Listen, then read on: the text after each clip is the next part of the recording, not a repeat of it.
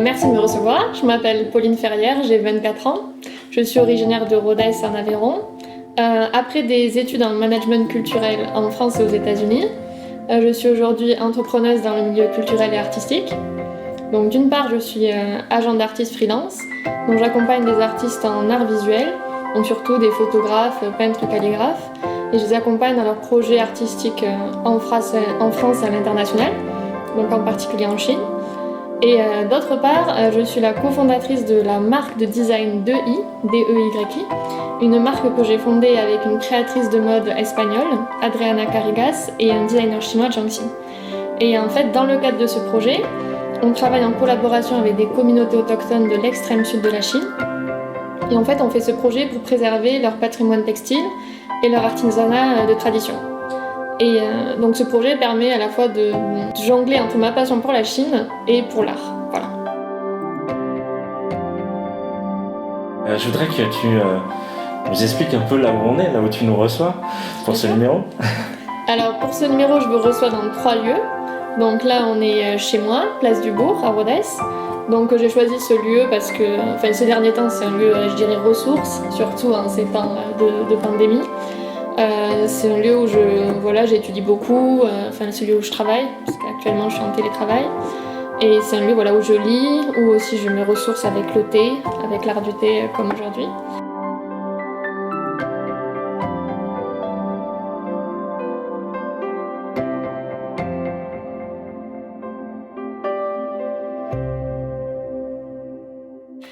Comme deuxième lieu, on ira aux alentours du conservatoire, à l'école de musique, là où j'ai appris la musique de mes 5 à mes 18 ans. D'accord. Voilà. Je pense que mon amour pour l'art et la culture, il s'est d'abord construit sur ma passion pour la musique. Voilà, j'ai commencé l'apprentissage de la clarinette au conservatoire quand j'avais 5 ans. Et c'est par l'apprentissage de la musique que ma passion pour l'art s'est développée. Et ensuite, on ira vers le musée Soulage. Donc parce que Soulage, c'est un artiste originaire de Rodez que j'affectionne particulièrement. Donc pour ses œuvres, mais avant tout pour leur symbolique. Parce que l'idée de la lumière qui jaillit du noir, c'est une philosophie qui me parle beaucoup et qui fait aussi écho à la philosophie taoïste chinoise.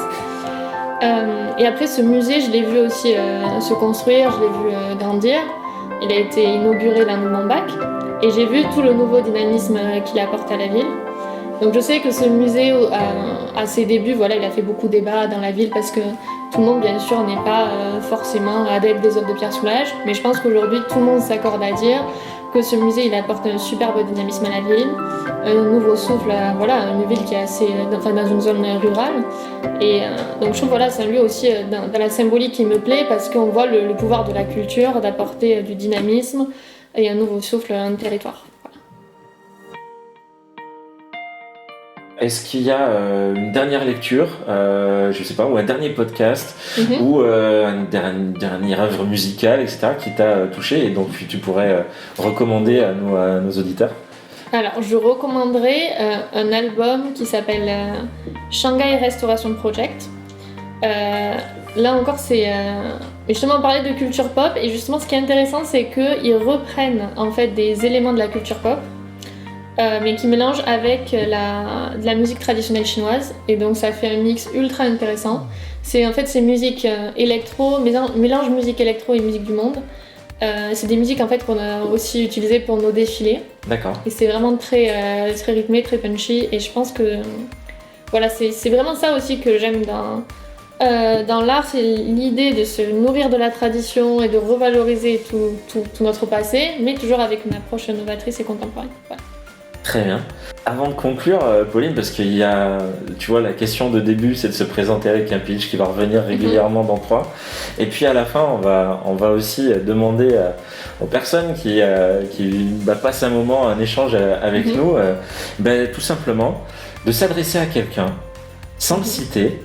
D'accord. Et de tout simplement livrer un propos envers lui, mais encore une fois, sans citer cette personne-là. D'accord. Alors je dirais merci pour la confiance, pour la sincérité et pour ton authenticité. Merci beaucoup Pauline d'avoir participé à ce numéro. Merci. J'espère qu'on se retrouvera dans d'autres échanges. Avec plaisir. Et merci encore pour cette participation, en espérant longue vie à DEI et à Merci toutes beaucoup. les activités qui t'entourent. Merci beaucoup.